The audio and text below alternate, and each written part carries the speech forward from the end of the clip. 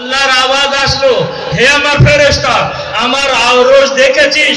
ফেরেশতা একবার মাথা উঁচু করে বলল, আল্লাহ উড়েছি, কিন্তু আমি জানি না আমি কতটা উড়েছি, কতক্ষণ উড়েছি, কতটা এগিয়ে এসেছি আমি জানি না। আল্লাহর আওয়াজ আসলো, হে আমার ফেরেশতা শোনো তোমরা, এই তুই বিশেষ করে শোন, এবং আমি বলছি আমার সুন্নি শিয়া ভাইরা শোনো। একবার আল্লাহর আওয়াজ আসলো, হে ফেরেশতা, আমার আওরসের 3,60,000 থামের এখনো একটা থামের গোড়াও তুই দেখিসনি।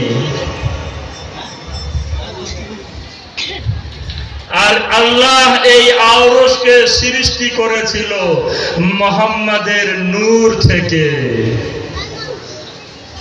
আমাদের মতন মুসলমানদেরকে এক গ্লাস পানিতে ডুবে মরা উচিত, যার নূর থেকে আল্লাহ তাআলা এত বড় আওরসকে সৃষ্টি করেছে, যার কপালের ঘাম থেকে সমস্ত নবীকে সৃষ্টি করেছে, সেই নবীর বিষয়ে আমরা বলছি নবী আমাদের মতো।